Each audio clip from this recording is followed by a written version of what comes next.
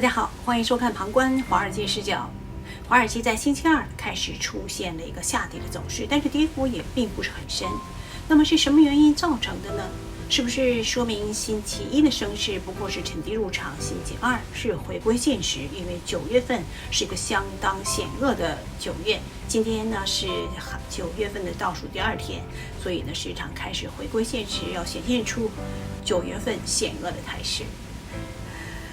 当然还是看看专家来怎么看星期二跌势的。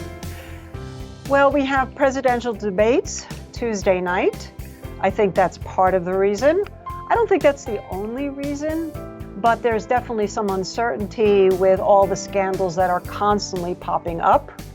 And the other big reason is the stimulus, which right now there's a lot of talk that Nancy Pelosi and Mnuchin are meeting to try to come up with a plan.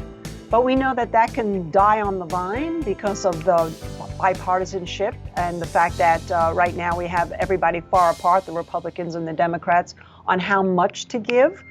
For example, the Democrats want to give $600 a person for unemployment, and the Republicans want less. That's just one of the sticking points.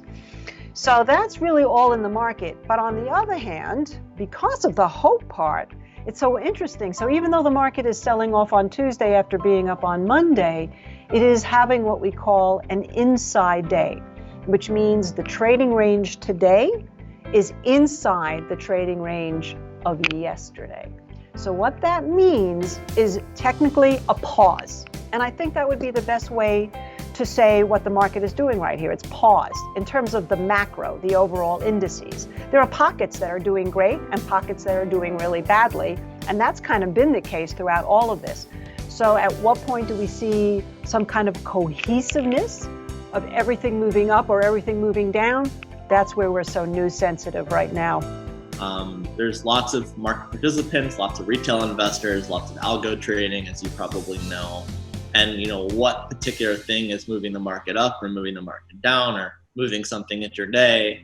Unless there's some big gigantic event, it's pretty tough to figure that out. And I think what you have to focus on is fundamentals. And I think we have a very interesting market, especially if you're a small retail investor. 当然，众多关注的消息面之一，就是在星期二晚间即将举行的总统大选的第一次的辩论会。那么这次辩论实际上对市场来说也没有什么太实际的意义，因为人们认为并不一定能够辩论出一个实质性的能够使市场交易方向出现转变的一个消息面。专家是不是这么认同呢？ But as far as the market, actually I was looking at some statistics. And believe it or not, more times than not, the market declines after a first-time debate. The reason for that probably is just that the market now gets unsure about who wins the debate, what does that mean for the election, the polls, etc. But I don't think that the market is going to actually really focus on that too much unless something really out of the ordinary happens. And with those two, you just don't know. So I think mostly Americans are going to be watching it and going, two old white men, is that the best we have?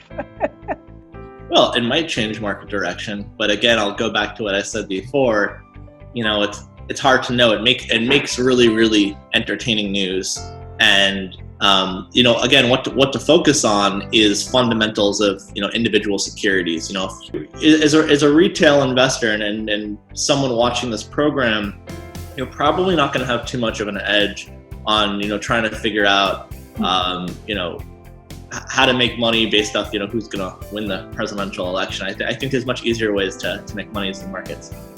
当然，谈到超高的科技类股，我们就首先会想到一些大型股当中最熟悉的就是特斯拉公司。实际上，特斯拉清洁能源的公司在投资市场上普遍是被年轻一代，特别是千禧年以及千禧年以后的年轻一代的投资人看好。那么在今天，德意志银行又推举了另外一个，就是与特斯拉是竞争对手的中国的 ADR 公司蔚来汽车。他们表示，蔚来汽车在今后一段时间的上升的空间至少是28%，而且表示蔚来汽车在国内的这个销售和普及的实力要远远超过特斯拉，所以建议投资人现在是一个比较强力焦点买进的这样一个个股，并且把目标价格定在24美元一股。那现在距目标价格还有一定的上升空间，所以投资人如果看好这个清洁能源的公司的话，不妨对这个公司做一个家庭作业，好好的研究一下。